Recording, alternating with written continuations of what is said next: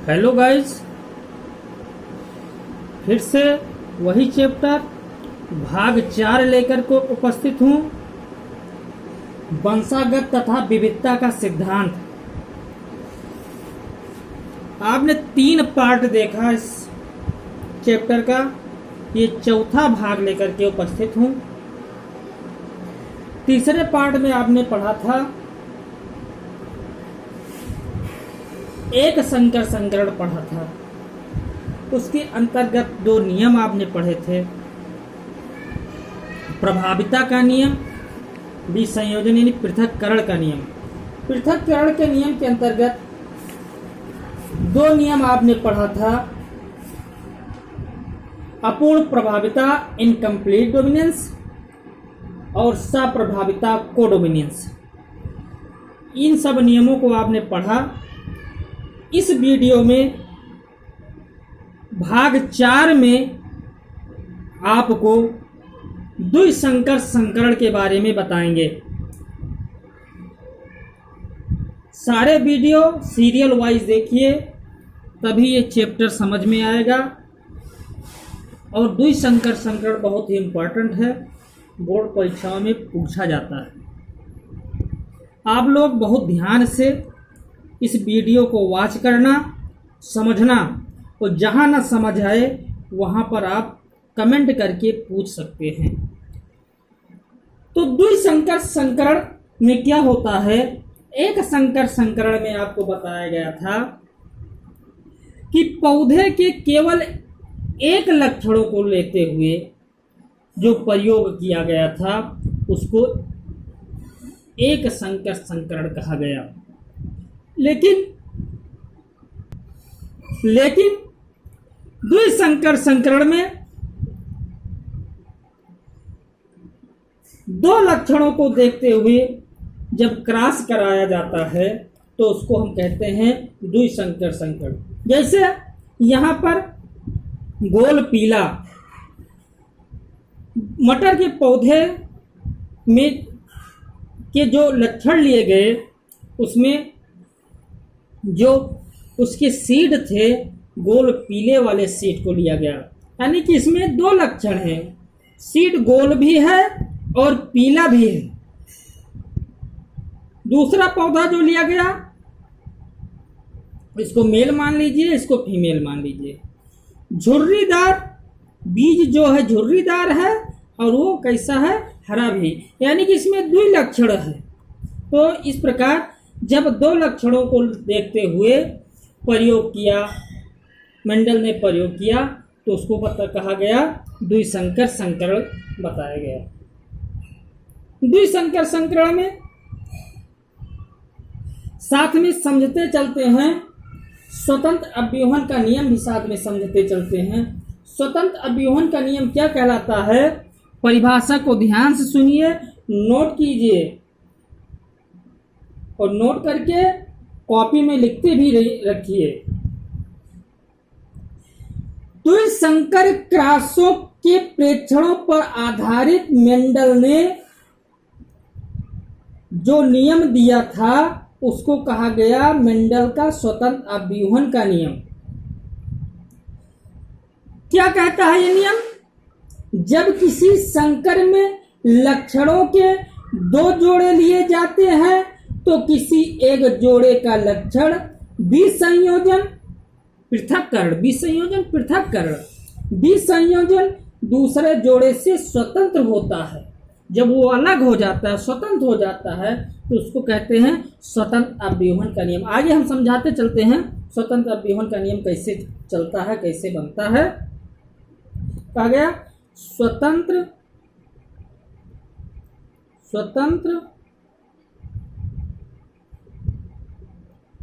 अपव्यूहन का नियम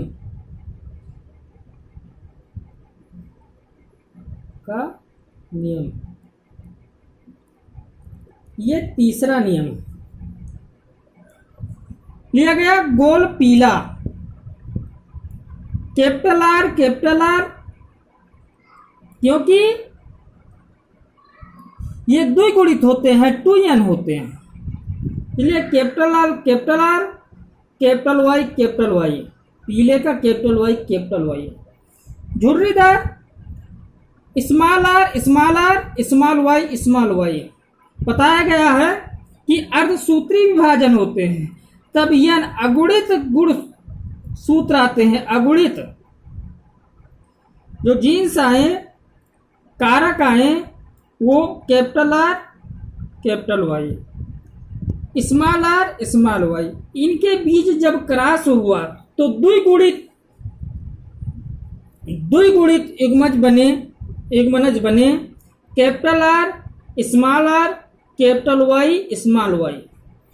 पहले नियम में आप लोगों ने पढ़ा था प्रभाविता के नियम में कि जो प्रभावी लक्षण होंगे वो प्रभावी लक्षण अपना प्रभाव छोड़ेंगे, तो इसमें प्रभावी कैपिटल आर है और कैपिटल वाई है। इसलिए जो युग्मज तैयार हुआ पौधा तैयार होगा भी वो गोल और पीले रंग का तैयार होगा, लेकिन अप्रभावी लक्षण इसमें विद्यमान होंगे। अब फिर इन्हीं के बीच स्वपरागण कराया गया, F1 पीढ़ी इसको मान लेते हैं।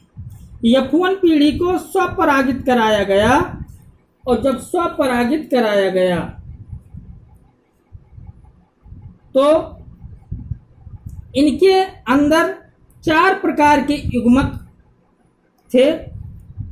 जो युग्मज निकाला जाता है उसका सूत्र होता है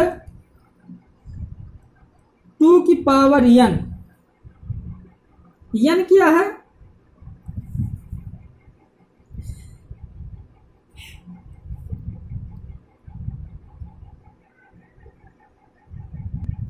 n क्या है? हेट्रोजाइगोसिटी। हेट्रोजाइगोसिटी विषम युग्मज n बराबर विषम युग्मज। हेट्रोजाइगोसिटी और होमोजाइगोसिटी को कहते हैं समयुग्मज।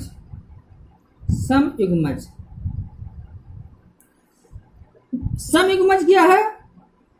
जब समान प्रकार के युग्मक पाए जाएं तो उसको कहते हैं समयुग्मज। जब विषम प्रकार के युग्मज पाए जाएं तो उसको कहते हैं विषम युग्मज। अब देखिए इसमें विषम प्रकार के युग्मज है। कितने विषम प्रकार के युग्मज हैं? 2। एक विषम प्रकार का युग्मज ये। क्यों विषम प्रकार का युग्मज है? क्योंकि ये कैपिटल आर है, ये स्मॉल आर है, ये कैपिटल वाई है, ये स्मॉल वाई है। तो ये हुआ और एक ये हुआ। अब हम अगर रखें इस पर 2 की पावर 2 तो 2 दूना 4 प्रकार के युग्मज बने। अब 4 प्रकार के युग्मज जब बने, बहुत सारे क्वेश्चन इस पर पूछे जाते हैं कि कितने प्रकार के युग्मज बनेंगे, तो आपको इससे गिन लेना है और 2 की पावर n कर देना है और निकाल लेना है। अब इसमें 4 प्रकार के युग्मज बने। देखिए आर वाई से क्रॉस किया गया, स्व परागण कराया जा रहा है। आर वाई से आर वाई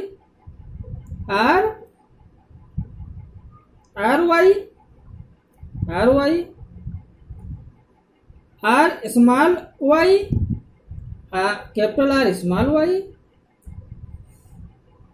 कितने प्रकार के? R Y R small Y capital R small Y, small R capital Y और स्मॉल आर स्मॉल वाई। इस प्रकार के 4 प्रकार के युग्मक पाए गए इसमें। और इनके बीच जब स्वपरागण कराया जाएगा तो उसको हम एक वर्ग द्वारा समझते हैं, एक स्क्वायर द्वारा समझते हैं। कैसे ये स्वतंत्र होता है, अलग होते हैं, एक स्क्वायर द्वारा इसको समझते हैं। इनके बीच क्रॉस कराया जाएगा। जो युग्मज अलग हुए इन सारे युग्मजों को आपस में क्रॉस कराया जाएगा। तो ये एक वर्ग है जिसे कहते हैं पुनेट वर्ग, पुनेट स्क्वायर। पनेट स्क्वायर जो होता है इसकी खोज की थी, इसको बनाया था रेगनाल्ड सी पुनेट ने। रेगनाल्ड सी पुनेट ने बनाया था इसको, और इन्होंने इनके बीच क्रॉस करा करके देखा और किस प्रकार से ये स्वतंत्र हुए, अलग हुए, आगे आप समझिए। अब इन्होंने वर्ग बनाया, इस वर्ग में 16 खाने हैं, तो 16 खाने हैं, 16 खानों को इन्होंने आपस में क्रॉस करा कर देखा। तो सबसे पहले इस खाने में लिखते हैं नर युग्मक को, इसमें नर युग्मक को लेते हैं, नर पौधे को, इधर लेते हैं मादा पौधे को, इनके बीच क्रॉस कराते हैं। पहला लिया युग्मक R Y, capital R capital Y नर में, capital R small Y, small R capital Y, small R small Y. फिर मादा में उसी वैसे ले लेते हैं, capital R capital Y, capital R small Y, small are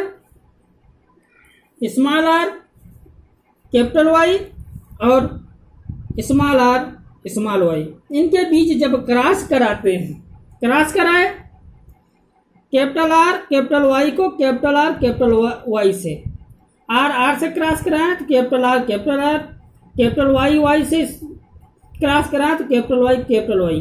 अब क्या बनेगा, ये गोल पीला बनेगा, क्योंकि कैपिटल आर गोल है और कैपिटल वाई पीला है, इसलिए जो पौधा उत्पन्न होगा वो गोल पीला वाला उत्पन्न होगा। फिर किसी को फिर क्रॉस कराते हैं, कैपिटल आर कैपिटल वाई को कैपिटल आर स्मॉल वाई से, तो आर कैपिटल आर जब क्रॉस करता है तो कैपिटल आर बनता है, और कैपिटल वाई स्मॉल वाई से कैपिटल वाई स्मॉल वाई। ये क्या बना, गोल पीला। आपने फर्स्ट नियम में पढ़ा था, जो प्रभावी लक्षण होंगे वो अपने लक्षण को छोड़ेंगे, तो गोल और पीला हुआ ये, जो कि ये भी प्रभावी है कैपिटल आर और कैपिटल वाई भी प्रभावी है, और बना गोल पीला बना। फिर इसी को क्रॉस कराते हैं स्मॉल आर कैपिटल वाई से, तो capital R small R capital Y क्या बनेगा, ये गोल पीला बनेगा। ये भी प्रभावी और ये भी प्रभावी, बना गोल पीला। अब क्रॉस कराते हैं कैपिटल आर कैपिटल वाई को स्मॉल वाई से, capital R small R capital Y small Y, क्या बना, ये भी बना गोल और पीला बना। फिर कैपिटल आर से स्मॉल वाई से, तो capital R capital Y small Y, ये भी बना गोल और पीला बना। अब कैपिटल आर स्मॉल वाई, ये भी बना गोल और हरा बना, क्योंकि कैपिटल आर गोल है लेकिन स्मॉल वाई क्या है, हरा पर रंग प्रदर्शित कर रहा है, हरा है, तो इसलिए बना गोल और हरा बना। फिर ये क्रॉस कराया गया capital R small Y capital Y, ये भी बना गोल और पीला बना, प्रभावी ये प्रभावी भी, इसलिए बना गोल और पीला बना। फिर इसी क्रॉस कराए कैपिटल आर स्मॉल वाई, अब ये क्या बना, गोल और हरा बना। फिर स्मॉल आर कैपिटल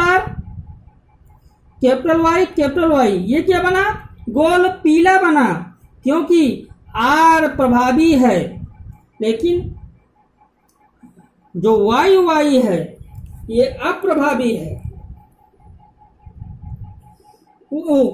जो कैपिटल वाई है ये भी प्रभावी, इसलिए ये बना गोल पीला बना। फिर इसको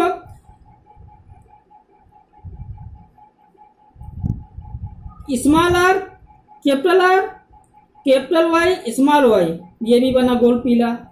फिर स्मॉल आर कैपिटल वाई, अब ये क्या बना, झुर्रीदार पीला बना, क्योंकि स्मॉल आर झुर्री को प्रदर्शित करता है और वो कैपिटल वाई पीले को प्रदर्शित करता है, इसलिए बना झुर्रीदार पीला।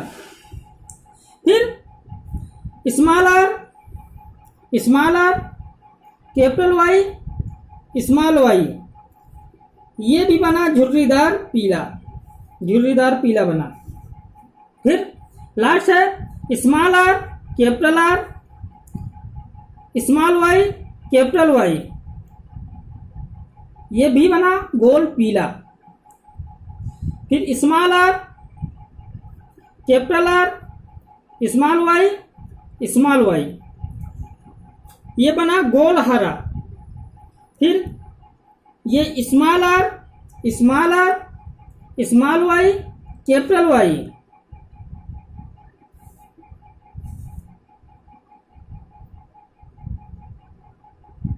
ये भी बना झुर्रीदार पीला। फिर small R, small R, small Y, small Y, ये बना झुर्रीदार हरा। इस प्रकार जितने भी गुण थे सारे गुण स्वतंत्र हो गए, अलग हो गए, इसलिए इसको कहा गया स्वतंत्र अव्यूहन का नियम कहा गया। और इसका अनुपात जो बना वो देखिए, गोल पीला कितने हैं, 1 2 3 4 5 5 5 5 6 6 6 6 6 6 1 2 3 4 4 5 6 6 7 8 8 और ये 9, तो गोल पीला बना 9। गोल हरा कितने हैं, 1 2 3, और तो नहीं है, नहीं, तो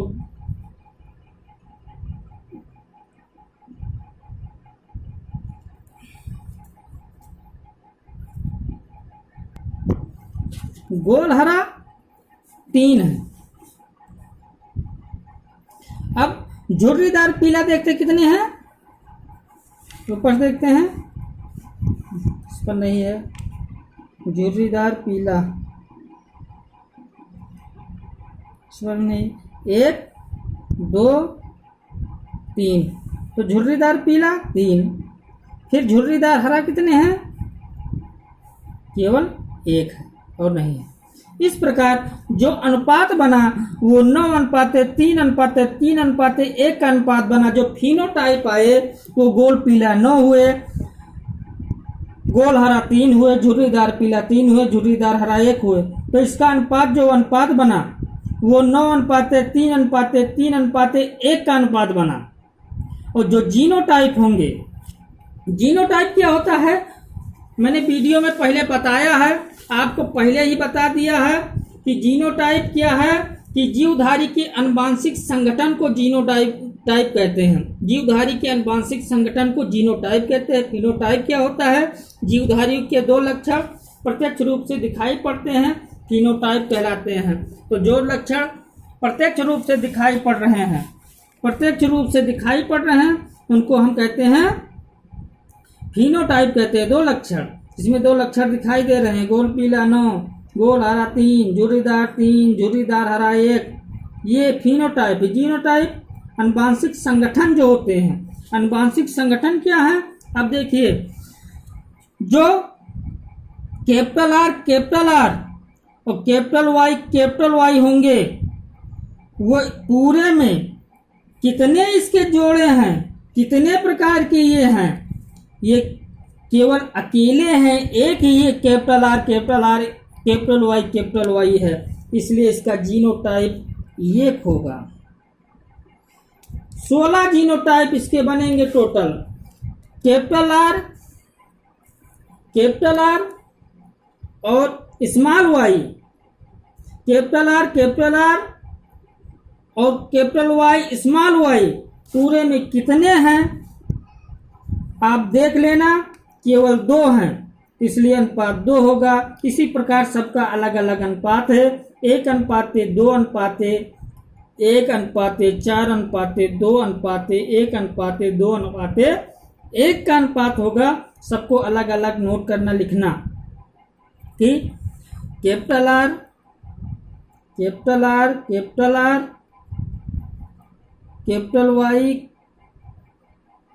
कैपिटल वाई बराबर 1। इसी प्रकार capital R capital Y small Y कितने होंगे इतने में उसको लिखना है।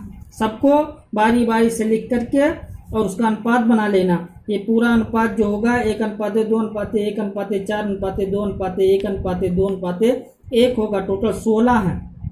ये इनके जीनोटाइप हैं।